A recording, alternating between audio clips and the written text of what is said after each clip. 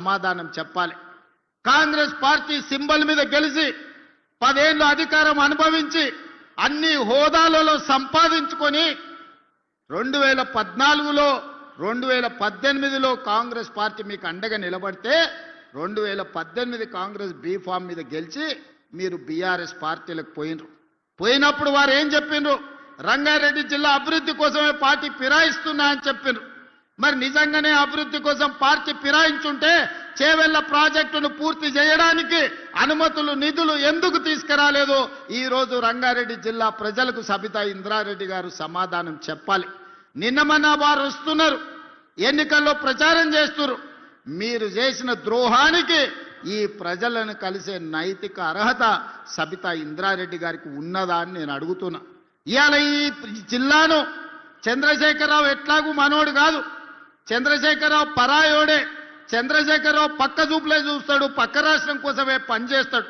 రోజమ్మ పెట్టిన రొయ్యల పులుసు తిని రాయలసీమను రతనాల సీమ చేస్తా అని చెప్పిండు చంద్రశేఖరరావు. కానీ రంగారెడ్డి జిల్లాలో ఓట్లు సీట్లు అన్ని బీఆర్ఎస్కి ఇస్తే గోదావరి జలాలు మనకు తీసుకొస్తాని చెప్పలే. పాలమూరు రంగారెడ్డి పూర్తి చేసి నీళ్ళు ఇస్తా అని ఊరిచ్చి లక్ష్మీదేవి పల్లికాడ భూసేకరణ కూడా చేయలే. ఆడ పెద్ద రిజర్వాయర్ కడతా అని చెప్పిండు. మా రామ్మోహన్ ఎప్పుడు కలిసినా కూడా మనం ఏదైనా చేసి లక్ష్మీదేవి పల్లిలో భూసేకరణ చెయ్యాలి, అక్కడ ప్రాజెక్టు కట్టాలి అని చెప్తున్నాడు. తెలంగాణలో ఎత్తైన ప్రాంతం, నెత్తి మీద కుండ పెట్టుకొని ఒక బొక్క పెడితే ఎట్లయితే మనిషి ఎంత తడుస్తాడో తెలంగాణ మొత్తానికి ఎత్తైన ప్రాంతం లక్ష్మీదేవి పల్లి, అక్కడ రిజర్వాయర్ కడితే రంగారెడ్డి మహబూబ్నగర్ జిల్లాలో నీళ్లు వస్తాయని నేను కాదు చెప్పింది, చంద్రశేఖరరావే చెప్పిండు. మరి ఎందుకు కట్టలేదే? ఎందుకు భూసేకరణ చేయలేదు? అందుకే ఈ వేదిక మీద నుంచి మా రామ్మోహన్ రెడ్డి గారు అడిగినట్టుగా లక్ష్మీదేవి పల్లి భూసేకరణ తొందరలోనే సేకరిస్తాం.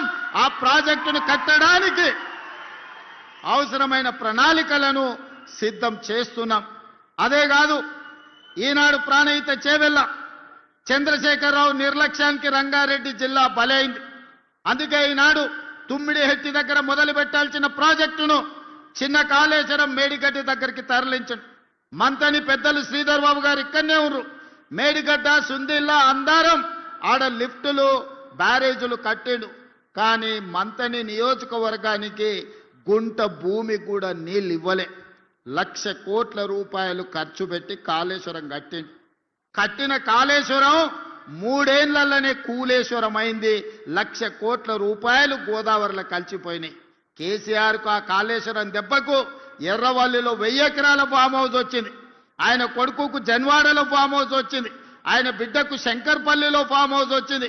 ఆయన అల్లుడు హరీష్ రావుకు మొయినాబాద్లో ఫామ్ హౌస్ వచ్చింది. సడ్డకుని కొడుకు సంతోషరావుకు ఇవాళ 1,000 కోట్ల రూపాయల వ్యాపారాలు వచ్చినాయి. మాకు మాత్రం గోదావరి జలాలు రాలేదు. గోదావరి జలాలను అడ్డం పెట్టుకొని గోదావరి జలాల ముసుగులో 1,00,000 కోట్లు ఖర్చు పెట్టి కాళేశ్వరం కట్టి 1,000 కోట్లు కొల్లగొట్టి మీరు ఫామ్ హౌజులు కట్టుకున్నారు, మీరు వ్యాపారాలు పెట్టుకున్నారు, మీరు టీవీలు పెట్టుకున్నారు, మీరు పేపర్లు పెట్టుకున్నారు మీ గురించి గొప్పలు రాసుకోవడానికి. కానీ మాకు మాత్రం చుక్క నీరు రాలే.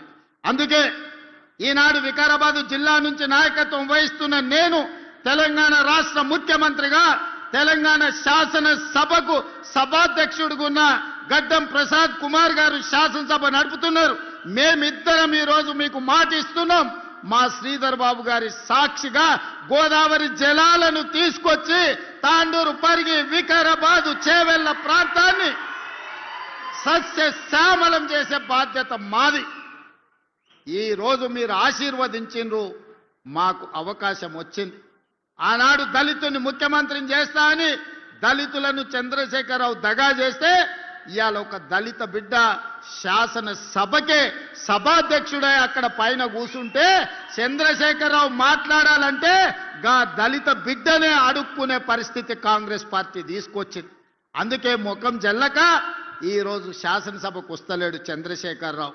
ఆయల్ల దళితులకు 3 ఎకరాల భూమి అన్నాడు, డబుల్ బెడ్రూమ్ ఇల్లు అన్నాడు, తెలంగాణ ముఖ్యమంత్రి అన్నాడు. అన్ని రకాలుగా దోకా ఆయన చేస్తే ఈనాడు ఒక స్పీకర్, 4 మంత్రి పదవులు దళితులకు ఇచ్చి ఈరోజు దళితులకు ఆత్మ గౌరవాన్ని మన పార్టీ మన ప్రభుత్వం నిలబెట్టింది. సోదరులారా, శాసనసభ స్పీకర్గా వారు అత్యున్నతమైన పదవిలో ఉన్నాడు. తెలంగాణ రాష్ట్ర ముఖ్యమంత్రిగా మొట్టమొదటి స్థానంలో నేనున్నా. వడ్డిచ్చేది మేమే, మీరు రాసుకోండి. తాండూరుకు అండర్ గ్రౌండ్ డ్రైనేజీ ఇస్తాం, తాండూరుకి కాగ్నా నీళ్లు ఇస్తాం, తాగే నీళ్లు కాగ్నా నుంచి ఇచ్చే బాధ్యత మాది.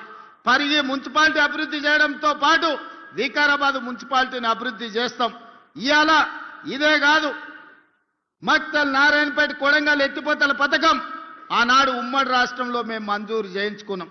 10 సంవత్సరాలు హరీష్ రావు కేసీఆర్ కుట్ర చేసి తొక్కి పట్టిండ్రు. ఈ మధ్యలోనే భూసేకరణతో పాటు పర్యావరణ అనుమతులు అన్నీ వచ్చినాయి. మక్తల్ నారాయణపేట కొడంగల్ నియోజకవర్గాలలో కృష్ణా నది జలాలను తరలించి 1,50,000 ఎకరాలకు రాబోయే 3 ఏళ్లలో నీళ్లు అందించే బాధ్యత మన ప్రభుత్వం తీసుకుంటది. ఇవన్నీ పనులు పూర్తి చేయగలుగుతున్నాము అని అంటే ఇవాళ మన ప్రభుత్వం ఉంది, ప్రజాప్రభుత్వం ఉంది, ప్రజలు ఎంచుకున్న ప్రభుత్వం ఉంది. వికారాబాదు జిల్లా ప్రజల మనుషులు ఈరోజు అధికారంలో ఉన్నారు కాబట్టే ఈరోజు మన ప్రాంతానికి నీళ్లు నిధులు మంజూరు అవుతున్నాయి. అంతేకాదు మిత్రులారా, అప్పా జంక్షన్ నుంచి మన్నెగూడ వరకు రోడ్డు చూసిరు. ఎన్ని ప్రాణాలు పోయినవో మీరే కళ్ళతో చూసిరు. ఎన్నోసార్లు చచ్చిపోతున్నప్పుడు మా రామ్మోహన్ రెడ్డి వాళ్ళని పలకరియడానికి మా యాదయ్య గారు అక్కడికి వెళ్ళారు. ఆ కుటుంబాలు ఎంతో ఆవేదన వ్యక్తం చేసినాయి. 10 ఏళ్ళు మంజూరైన కేంద్ర ప్రభుత్వం మంజూరు చేసిన రోడ్డును పర్యావరణం పేరు మీద కొన్ని కేసులు పడితే వాళ్ళతో పాటు లిటిగేషన్లు ఆనాడు బీఆర్ఎస్ నాయకులు చేరిన ఒక్కరోజు కూడా అప్పా జంక్షన్ నుంచి మన్నగూడ రోడ్డు పూర్తి చేయాలనే ప్రయత్నం చేయలే. నేను వచ్చిన తర్వాత పదే సమీక్షలు చేసి మా మిత్రుడు రామ్మోహన్ రెడ్డి గారికి చెప్పిన, ఏ విధంగానే నా పిటిషన్ వేసిన వాళ్ళను తీసుకురా, వాళ్ళని మాట్లాడు, వాళ్ళు ఏం సమస్య చెప్తుండ్రో అడుగు, ఆ సమస్యను పరిష్కరిద్దామని చెబితే ఒక్కడికి 10 సార్లు వాళ్ళ దగ్గరికి పోయి వాళ్ళతోని మాట్లాడి వాళ్ళని నా దగ్గరికి ముఖ్యమంత్రి దగ్గరికి తీసుకొస్తే వాళ్ళ ఏవైతే